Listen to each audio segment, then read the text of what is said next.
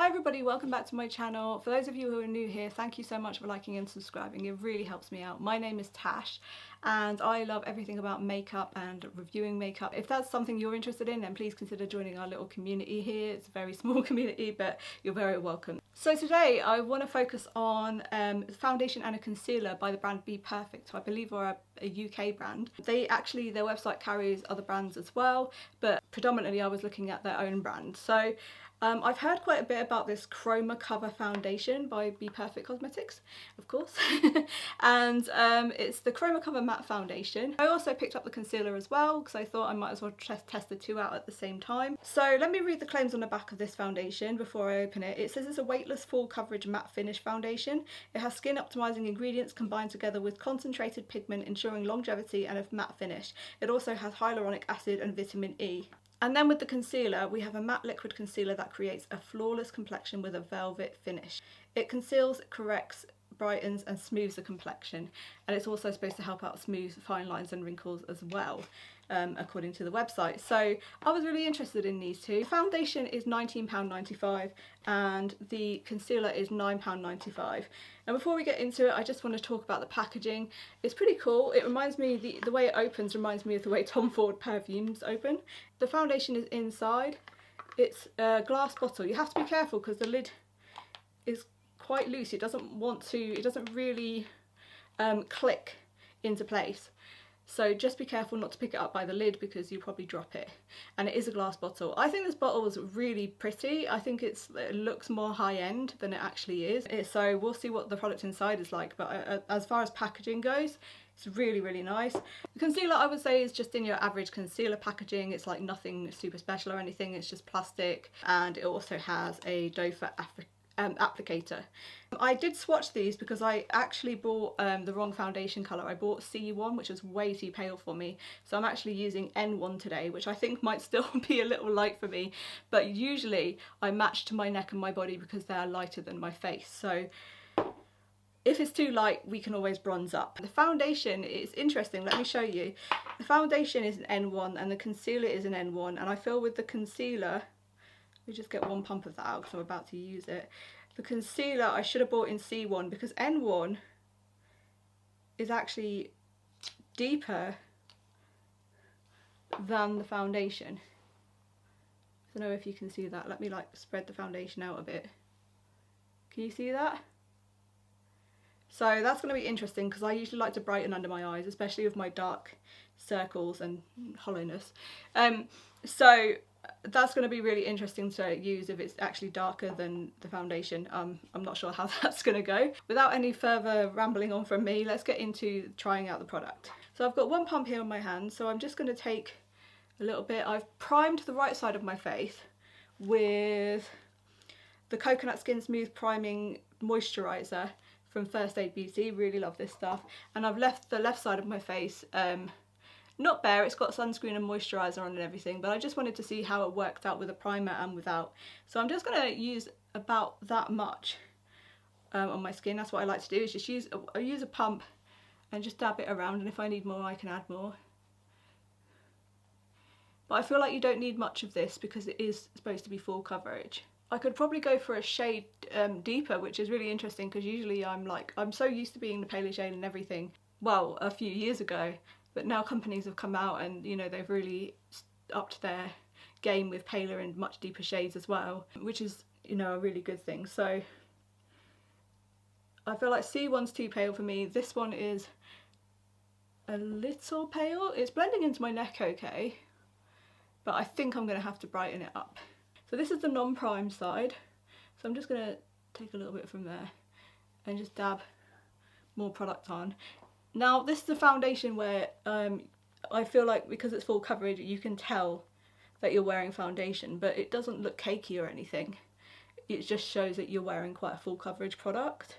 So if that's not something you're into, then I probably wouldn't suggest trying to use this because I think you'll find that it's too full coverage or too... I look really funny in the viewfinder. I promise this doesn't look that pale like on in real life. But this is definitely the wrong shade for me, but that's okay. It's going to be really interesting trying that concealer. blending really nicely with a beauty blender. I don't use brushes for my foundation. I don't like the way product applies with brushes, to be honest, most of the time.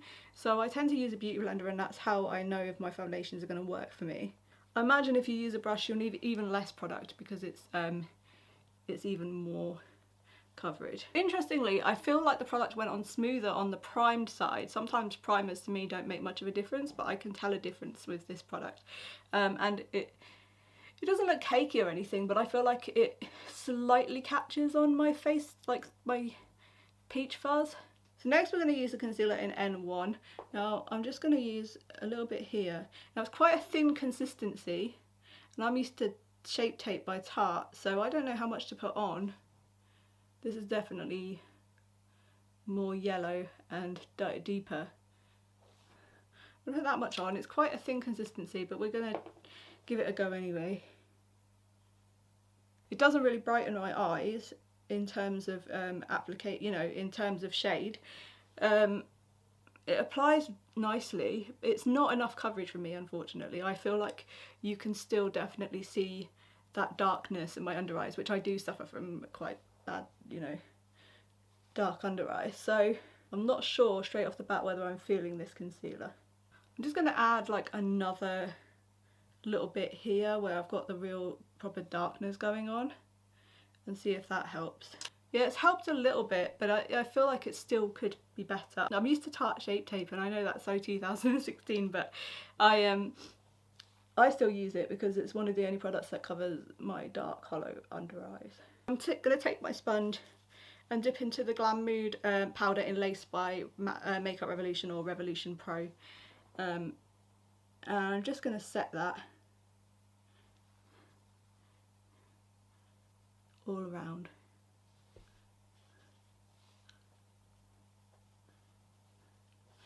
I'm also going to take my powder brush, if I can reach it, and I'm just going to set the side of my face that I put the primer on very lightly, just to see if that helps with the longevity even more.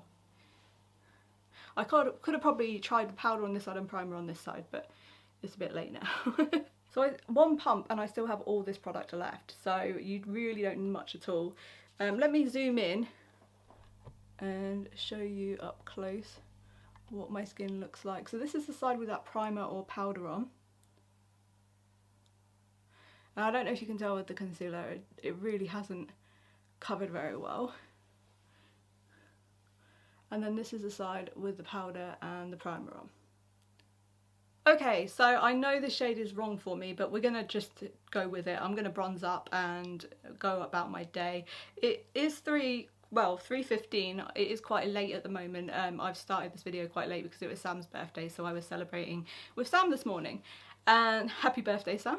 I'm going to give this foundation 8 hours, so it's 3:15, so I'll be checking in around 11 o'clock tonight. And by then I'll really want to take my makeup off because I'll be really tired, but we're going to do it for YouTube and we're going to see how this goes. So anyway guys, I am going to go away, do the rest of my makeup, and I'll tell you what, I'll check in after I've done the rest of my makeup to see how it applies over this foundation, so I'll see you in a bit. Hey guys, it's about an hour later, so it's 4 o'clock. And I've just finished doing my makeup. If you want to know what products are on my face, I do have a video coming up, or it might already be up. I will link it down below if it is, but check it out, subscribe, click the bell if you want, and that will allow you to see whenever my videos come up. So I feel like the makeup went on really well over this foundation. I think I may still like the prime side better. I just feel like that moisturising primer, I don't know, it helped the foundation kind of sink into the skin, if that makes sense.